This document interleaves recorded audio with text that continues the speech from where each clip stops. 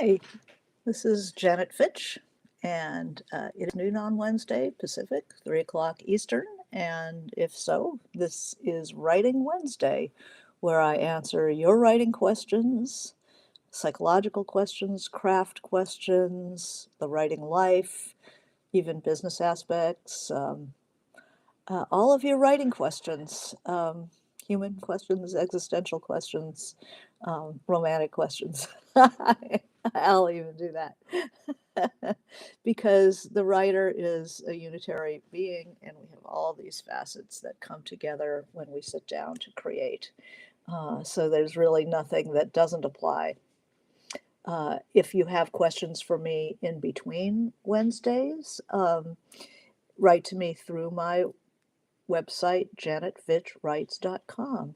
Send me questions, and I will be happy to develop a Writing Wednesday around your question. So, hi, Christina. Nice to see you. Um, yeah, so if you have questions for me during the talk, go ahead and put them in the chat, and I'll answer them as we go. Hi, Jessica. Welcome to be you. First time. Welcome to Writing Wednesday. I am currently in a holding pattern on something. Hi, Laura.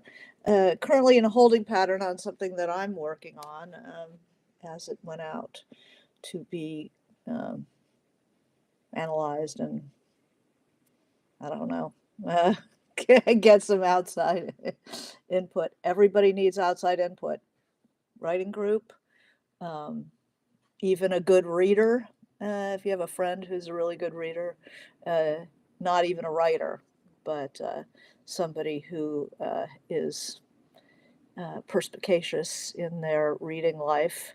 Often artists are really good readers. Hi, Sarah. Good to see you. Um, uh, it's really important to get your book out to somebody who hasn't seen it before, which is sometimes it's after your writers group has gone over it and knows it almost as well as you do. That if you continue to have problems with it, sometimes you need a clean reader um, to take the manuscript and notice, just ask them where they put it down, where did they lose interest, where did it seem, I got up and got a sandwich and didn't get back to it. Where did they stop reading? I mean, that is the most valuable information you can have. Not I liked this character, I didn't like this character. Because once your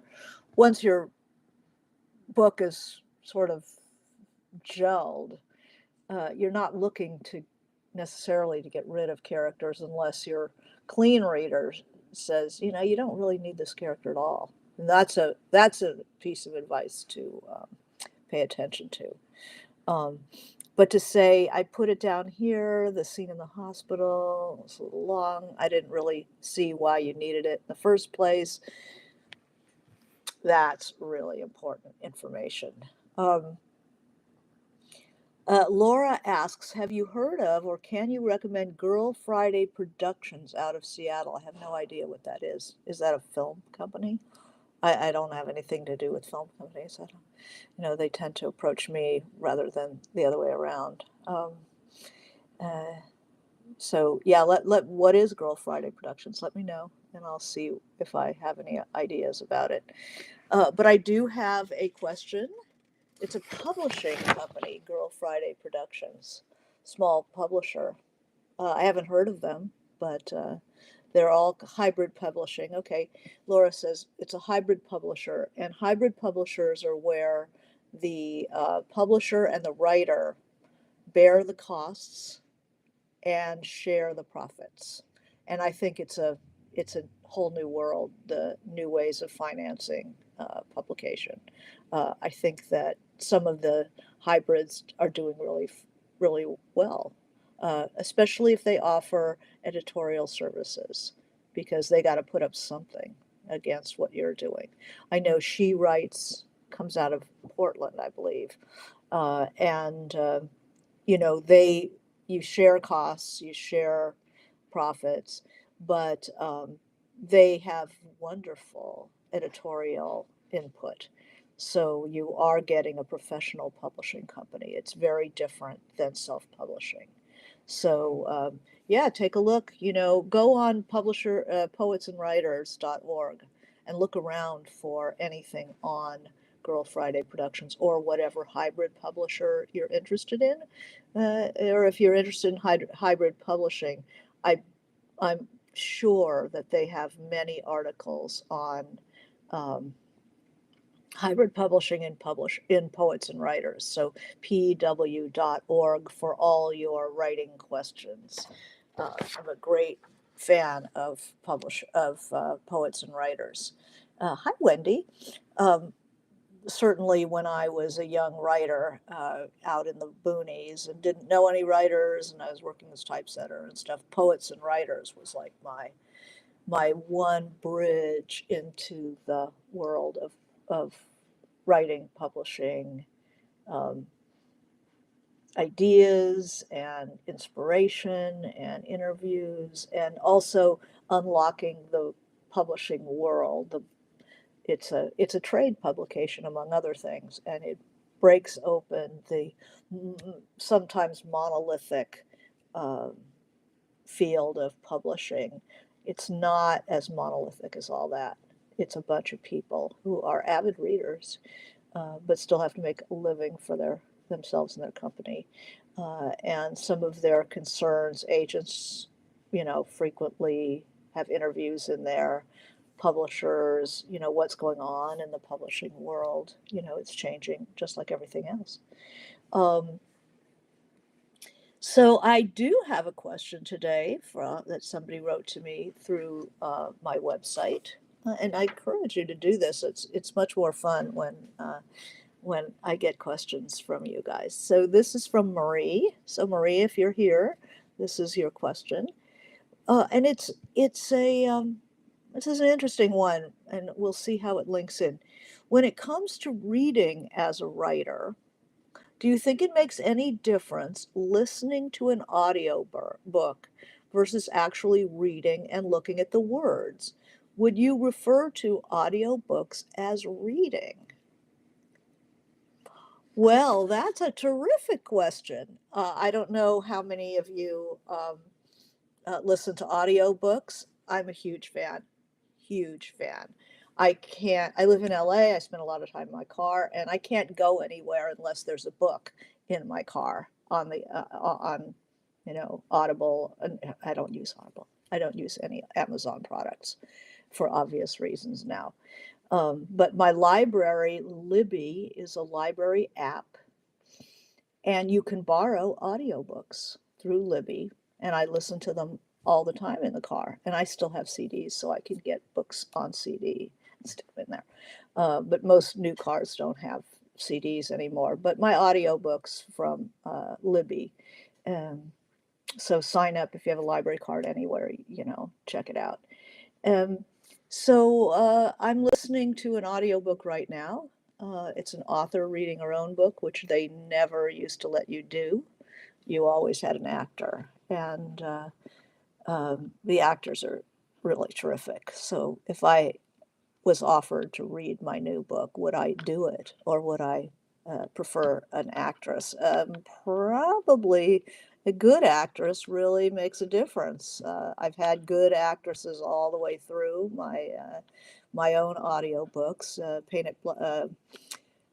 White Oleander was read by Oprah, and she was fantastic. I remember listening to it on a plane and just laughing out loud with my headphones on, and the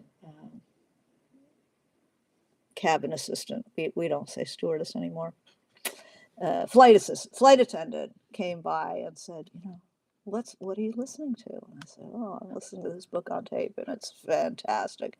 And then Painted Black was read by Jennifer Jason Leigh, who was extraordinary, extraordinary. Wow, what a performance. And then the Russian books were read aloud by Yelena Shmulinson, who won Audiophile Award for her reading. My Russian accent isn't that good. to keep it up for, you know, the 2 volumes of the Revolution of Marina M. Um, and hers was it was mesmerizing. And she has a nice Russian accent. I wish I could have taken her on tour with me and read it instead of me. Um, so we're talking about audiobooks as a writer.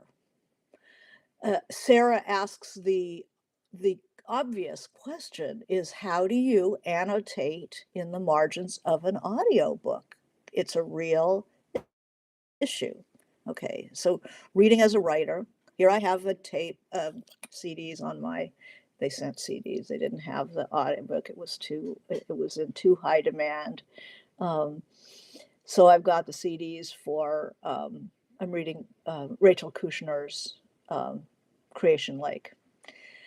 Now, what you get out of the audiobook is the music of that writer's language.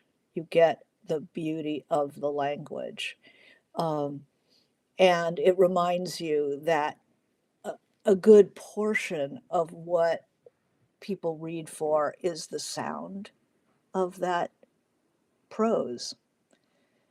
I don't even know if I care about this book. I don't care about the characters. I don't really, I don't really care about anything that happens. They could all blow up and die as far as I'm concerned. But Rachel Kushner is such a good writer, and the sentences are so beautiful. Her prose is so beautiful. It's so accurate. It's so subtle. It's like and it has elements that I try to teach when I teach writing the sentence that I call crunch. It's crunchy, meaning the words themselves, if you speak them out loud, have a lot of corners. So bad writing sort of feels like oatmeal in your mouth. There's no crunch. There's nothing, there's no corners. It doesn't feel like anything in your mouth. Um, So listening to audio and cueing into the music of language, if you are listening to audio and then you read your own stuff out loud, would you want to read that for 800 pages or whatever, 300 pages, 400 pages? Do you think a reader wants to listen to that for 300 or 400 pages? The audio, um, the reading of books aloud will be an important part of when you tour your book. You're not going to be just putting your prose up on a screen and saying, well, there it is, read it yourself. They're going to want to hear you read it. And believe me, if it has a music to the prose, if the prose itself is glorious, um, people will buy your book.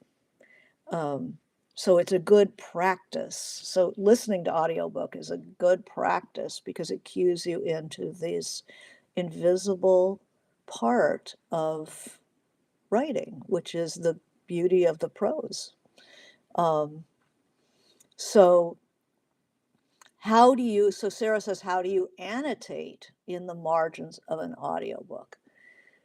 This is, there's a couple of ways to handle that. If you're not gardening or washing the dishes or driving a car, you can actually take notes. Remember that from college? You get a notebook and a pen like this, and you write down a choice phrase. You write down, oh, I see how, this is flagging, and I can tell. Or, I like the way that omniscient is being used in this section. But often you will have to buy if it's a serious read of that book and you want to analyze it. The analysis is hard in audio. Often, you can take notes of the most important thing you want to remember, but perhaps you're going to have to get a hard copy of it after after you're done listening, and go back and find the places and annotate them on the page so you can have them. But what a thorough way of reading. I know some of the hardest books I've read, I started on audio and then switched to a hard copy. Um, I read Ulysses the second time. The first time I read it, I was 15. I had no idea what I was doing. I'd just been told this was the hardest book. And so, of course, I was a very good reader, or thought I was, and I read Ulysses having very little idea of what I was reading at 15. I mean, the ineluctable modalities of what was the first sentence? Ineluctable. It's like I had to look up every word. It was just like it made no sense. Um, and I didn't get the jokes, and I mean, I got the sex, and Leopold Bloom going about his day, I could understand. The guys ganging up on him at the funeral, I got that. I got that Stephen didn't kiss his mother or didn't pray with his mother when she was dying because he was too idealistic in his atheism, and then it haunts him throughout the book. I got that. I got the Odysseus Telemachus thing, because what we'd had the Odyssey, obviously, so I understood that. And the Molly, I went and saw a play with my class in high school, James Joyce's Women, starring Fionnuala Flanagan, the great Irish actress, at a local theater in LA. The teacher took a class of 40 kids to go see this.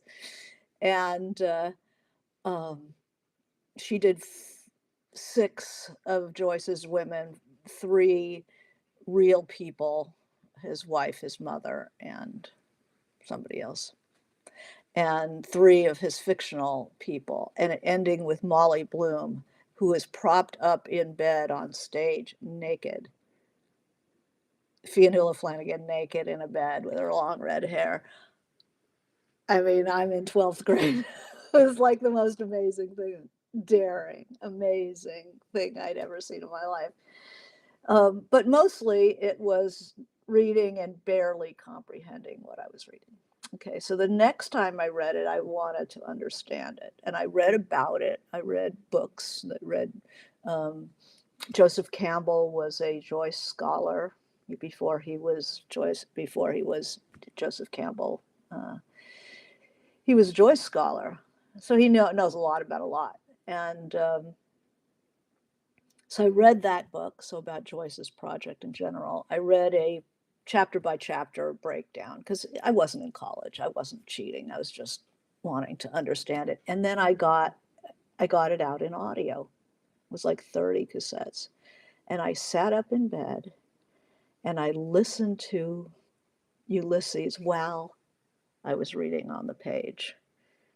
And it was incredible because for the first time, I got it. What was funny and what was not. What was, who were the upper class people? Who were the working class people? They even sang the songs. We don't know those songs.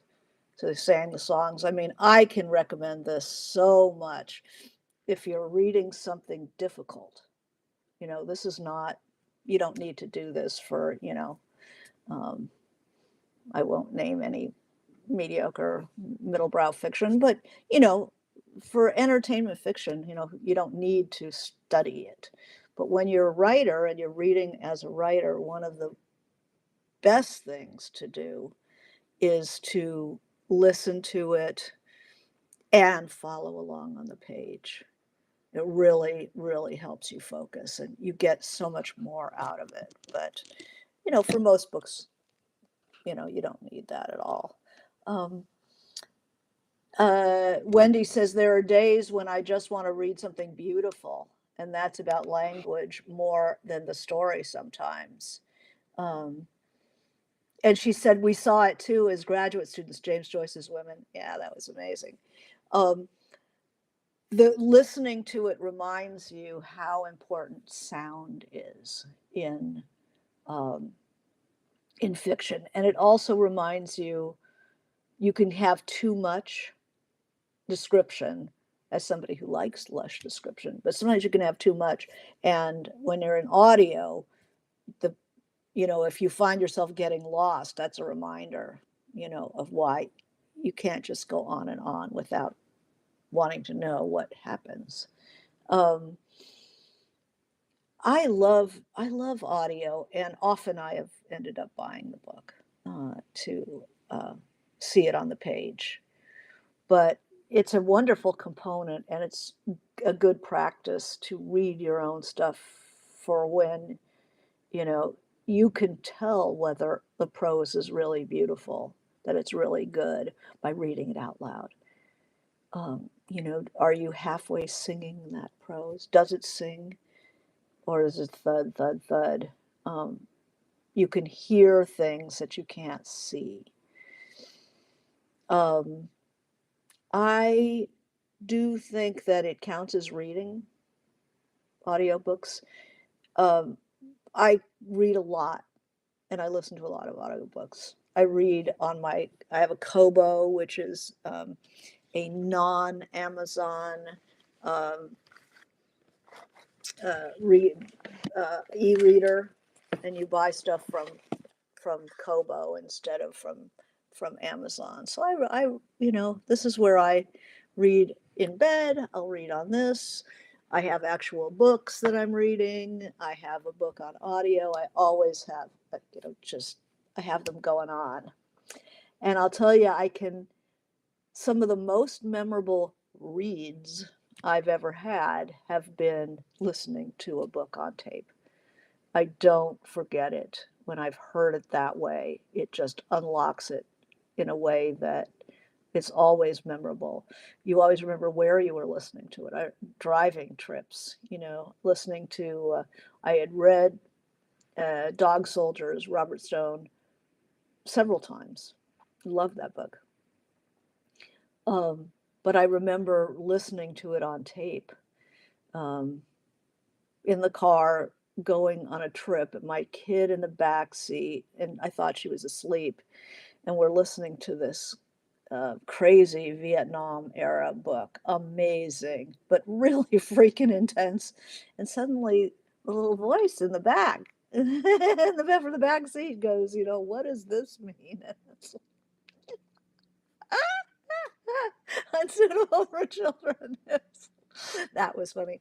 I remember reading books that I have trouble getting through on the page. I find I can read on audio, like Moby Dick. Never could get into that book. Never. Classic of American literature, could never get into it.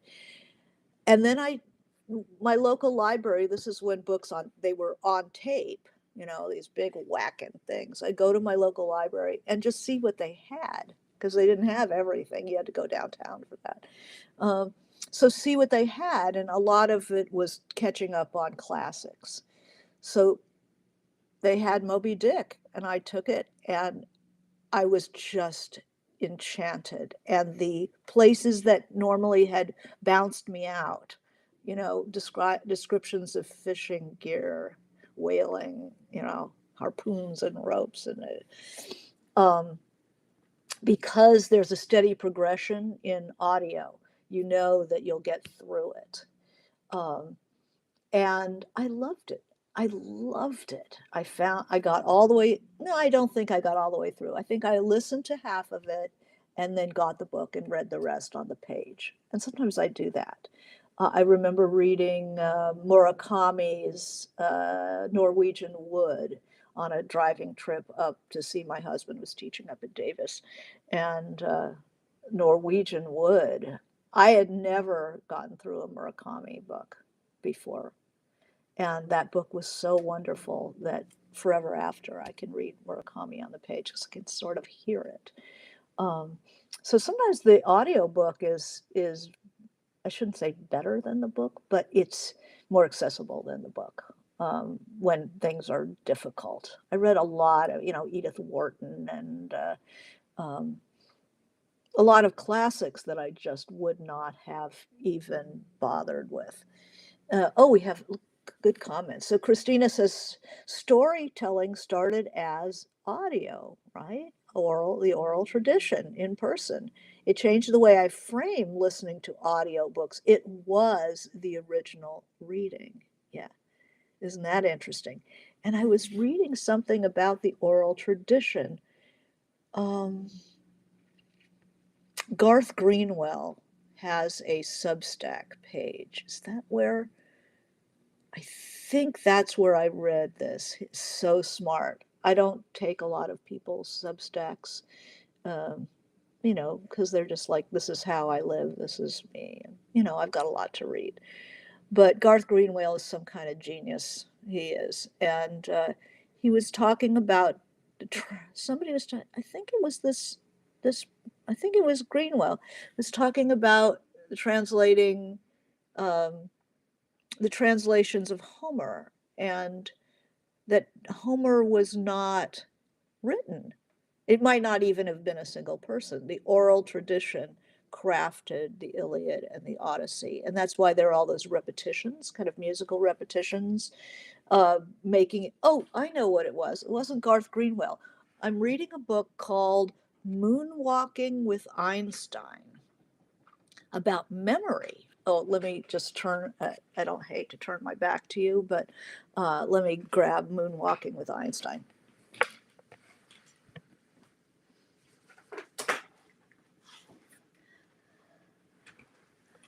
This is a book about memory. And he talks about how to memorize a poem. I have a terrible memory, so this interested me. And this is the one, and he was talking about the translation of the repetition and cliches in Homer, in the Odyssey and the Iliad, are not,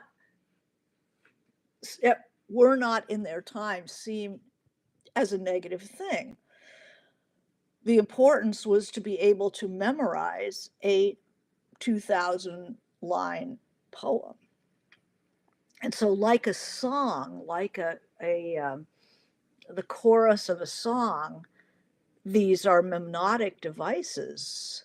Uh, you know, Rosy Fingered Dawn, Clever Odysseus, Gray Eyed Athena. She's always Gray Eyed Athena. It doesn't vary, because it's a memnotic device. So our original crafting of a narrative had repetitions, much like songs. Actually, they were sung, and melody makes another memnotic device. So repetitions are something of use in a oral narrative. I thought that was very interesting. I'm super into memorization right now. I'm learning how to memorize a pack of cards and stuff like that. But anyway, that was just a bit of the oral tradition and how it worked. Choruses and stanzas, and choruses and stanzas, more like a song. Once language started to be written, then novelty became more important. The actual choice of words became much more important once writing began. It used to be, it didn't matter if things were well written or not. It was the narrative, and somebody being able to recite it was the feat of creativity. Um, let's see. Laura says, after listening to Michelle Obama's book, I felt like I knew her.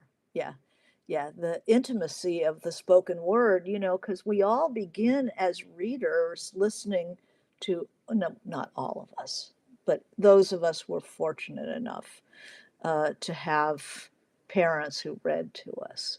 It's such um, it's a nurturing moment in people's lives, where people don't necessarily interact a lot with their kids. Everybody's running around and their screens, and you're eating and you're cleaning up and you're schlepping this way and that way. And then at bedtime, it like, everybody takes a break.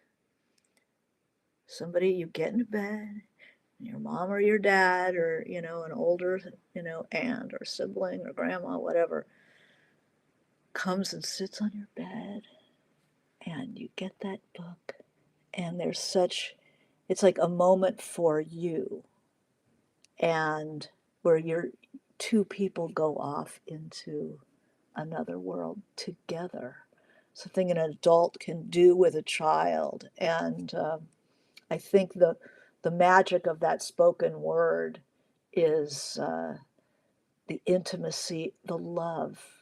It's such a loving moment. Um, I saw an ad uh, a couple of years ago where it has a kid with a book and they go, Alexa, read me a story. And I thought it was the fucking saddest thing I ever saw in my life. Alexa, read me a story.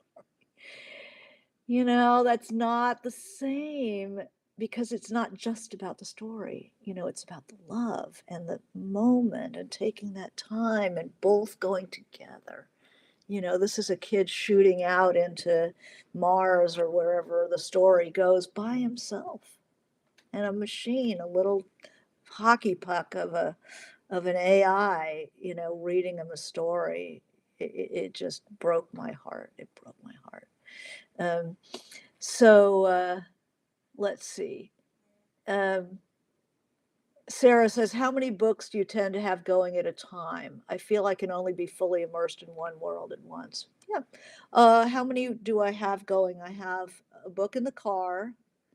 I have a book by the bedside. I have a book here, a novel, a hard book downstairs, a book that usually on a topic that's really draws me. I'm reading Bell Hooks, All About Love. It's upstairs by the bed. And then I have a book, just a bunch of books on the Kobo. Usually when I travel, I'll take the Kobo. And so I'll have something going on the Kobo. I don't at the moment, though. Um, but for me, a different book in a different place is a different world. And that's part of the memory thing as well as place is very important. Um, like where not only the Jack of Hearts, but where the Jack of Hearts is, who is the Jack of Hearts, and where is he? That help you remember a whole deck of cards. Um, Wendy says, I recommend the book Thief audio to eighth graders. That's interesting. Sarah says, wonder if short story collections are good on audio. Yeah, I could never get into reading Dennis Johnson. And every writer is a Dennis Johnson is insane for Dennis Johnson. And I got um, the first one, Jesus' Son. I saw it was listed on Libby on the library app. I said, okay, let's get this out and listen to it in the car. And it was so great. It was so great. It was so well done. And ever after have become a great audio book reader. Another book I wanted to read, but it just like it seemed monumental. Um, was The Pale King by the last book of David Foster Wallace about a guy working for the IRS. Is like supposed to be, I'm going to take something as boring as I can possibly think of and write a novel about it. And a great novelist doing this. And I took a look at it and I'm going like, I don't know if I can do this. So I got it in audio and was absolutely enchanted by that book. It was so good. It was so good. Books, so really hard books. It's a great way to get in because you don't have to work as hard. You just let it wash over you. Um, so I usually have 3 to 4 books going at a time. but for different times and different moods, different places. How about you guys? Uh, Jessica says likes the idea of crunchy writing, words with edges. Is there a particularly crunchy writer or story you'd recommend?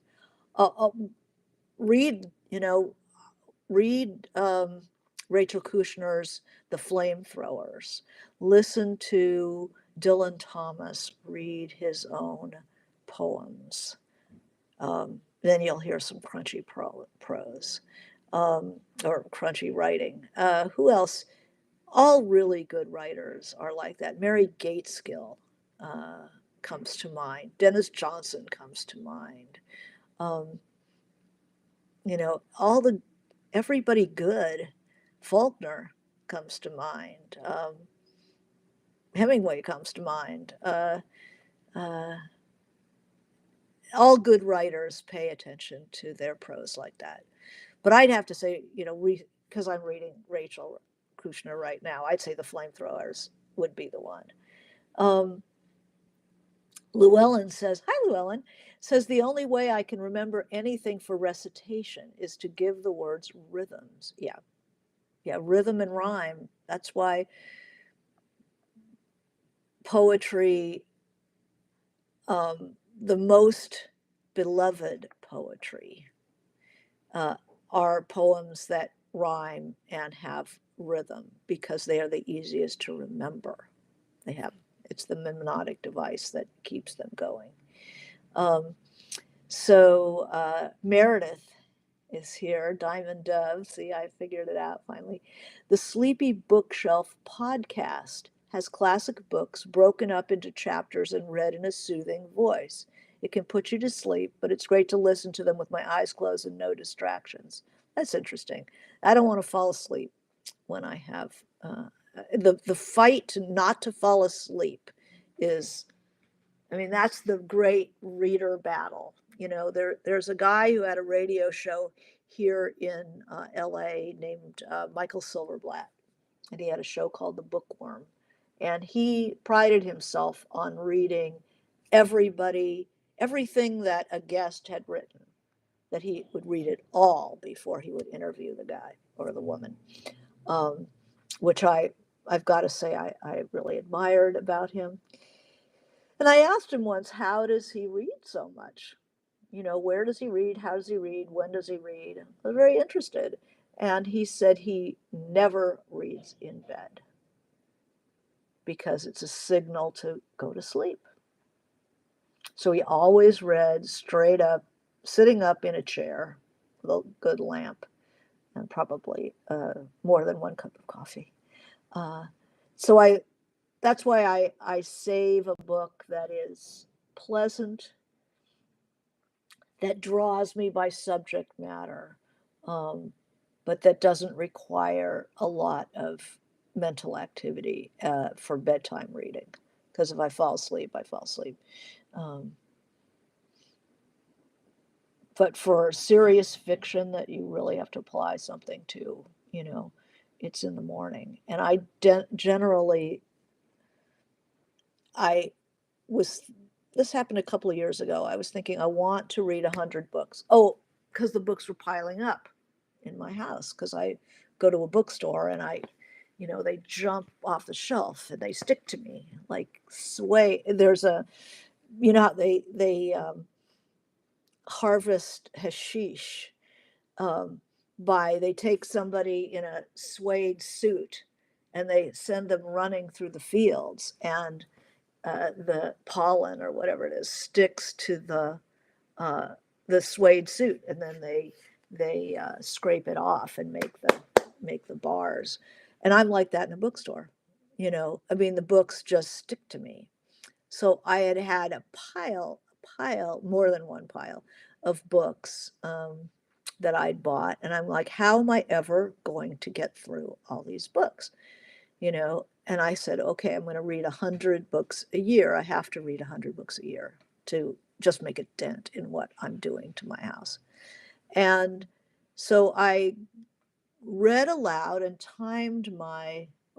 I read for 10 minutes on a timer and then saw how many pages I read in 10 minutes. And then I pushed it, which this is how you train faster reading. I pushed the time, you know, it's like if that first read 10 minutes was 8 pages, I push myself to read 10, try to get reading faster. And I noticed that I get lazy and I let my eyes drift or I think about stuff and, really bear down and speed up and then go back to reading at normal speed. That practice of moving your eyes faster will actually improve your regular reading speed. I did that a few times to try to amp up my reading speed. So once it was at a, acceptable level, I counted, like, if I was going to read if I was going to read 100 books, I'd need to read 2 books a week. And if I was going to do that, how many pages or how many minutes do I need to spend reading every day to get 2 books a week? And for me, it's 90 minutes. I have to read 90 minutes a day to get through 2 books a week, 100 books a year. Um, and it's that's how I read. I try to get 90 minutes a day, and it meant no, I don't read newspaper. I do sort of sometimes, but basically, I don't spend the morning reading the newspaper. I read a book. I don't read magazines. I don't read crap online for the most part, unless I'm depressed, in which case all bets are off. But I try to really focus on those books. And then the audiobooks read themselves. Um, let's see what we got.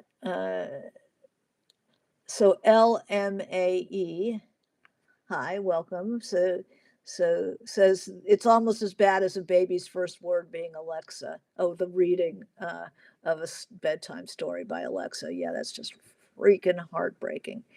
So Llewellyn says, a question for future topics, how to approach second drafts. Oh, second drafts. I can do a little bit of that right here because you're right here and all of you are right here. Second drafts. Okay, so first draft is just hand-to-hand combat, getting to the end of the first draft. I have no idea what it's about. I just follow story. I'm getting there. Maybe I don't get all the way to the end because I have no idea what it's about.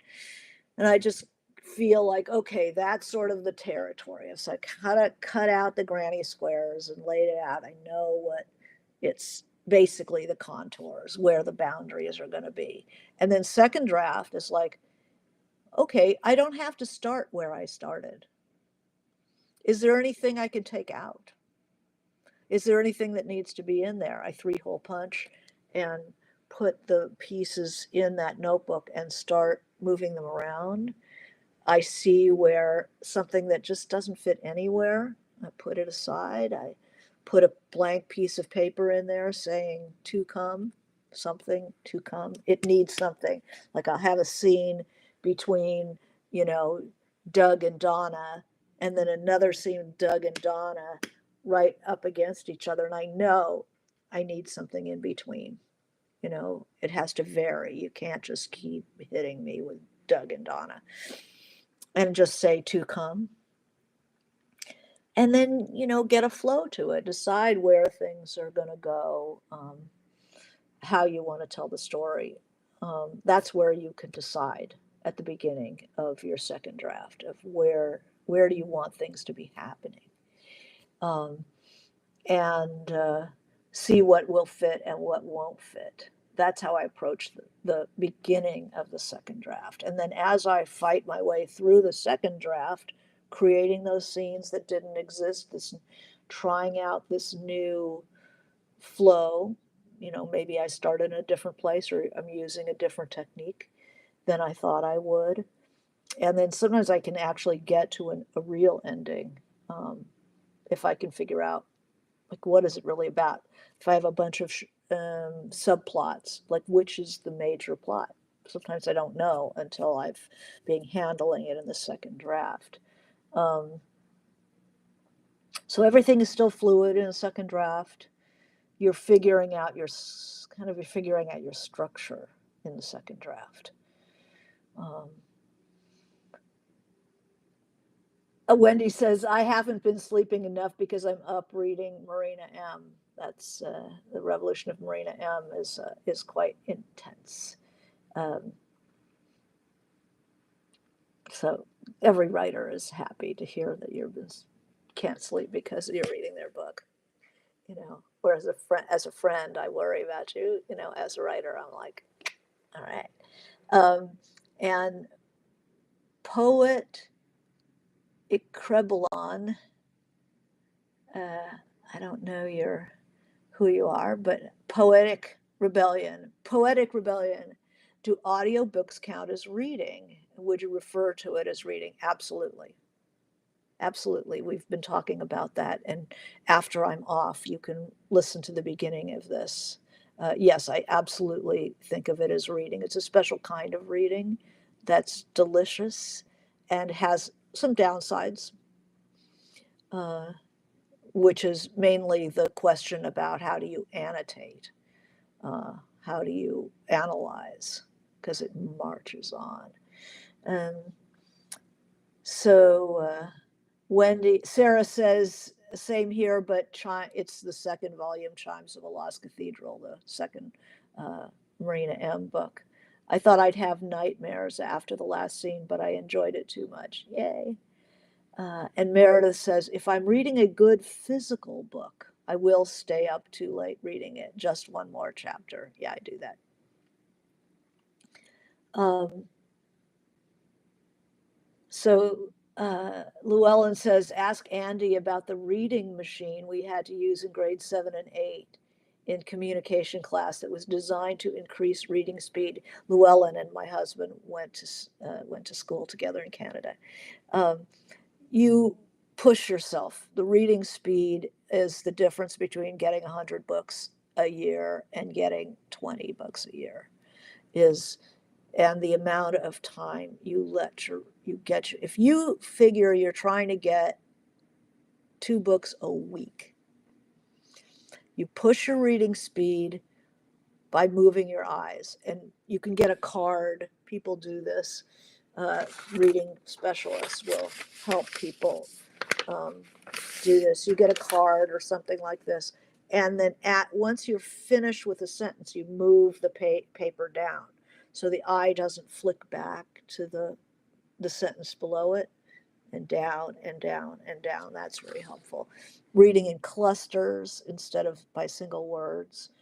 Good readers read like 4-word blocks, or you read a phrase rather than word by word. That speeds you up. Um, but when I read, I'll read an hour, and I still do the 10 minutes at a time because with a timer. Everybody knows I'm like super into my timer, um, because it pushes you, and it doesn't just let you. The bedtime book, you just read as you like.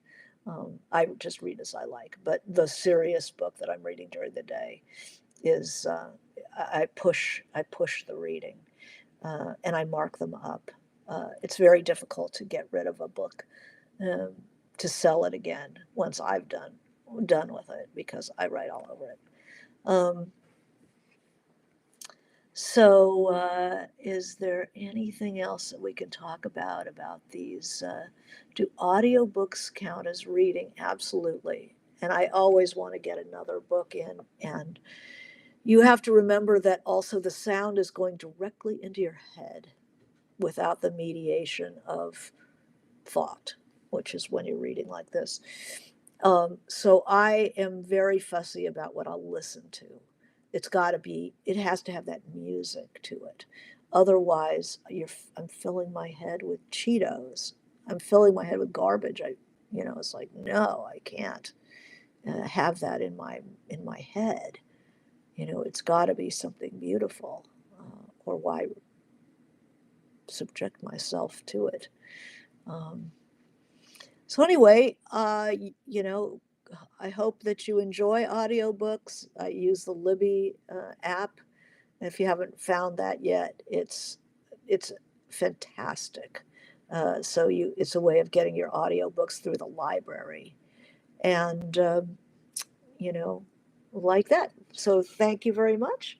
Have a good reading and writing, and the writing life is it's its own private world. And man, if you can get people to read to you, if you can, I mean, my husband likes to read, so read aloud. So we have certainly he's read books to me, which I just love, or read them to somebody. That's a special gift. Um, yeah, Christina says I'm reading my writing out loud all the time as a way of gauging if it's good. Yeah, yeah, you could hear it. And often, if you listen to something, I say poetry, read poetry out loud. Dylan Thomas is a great one because he's crunchy.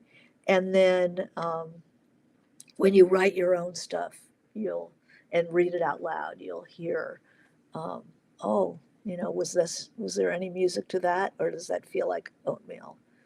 Um, Mary Jane, thank you for joining me, and Jennifer. Yay. Well, thank you very much for coming, and we'll see you next week, same time, same station, noon on Wednesdays, 3 o'clock Eastern, and whatever time it is in your world. So thank you, and write well. Bye.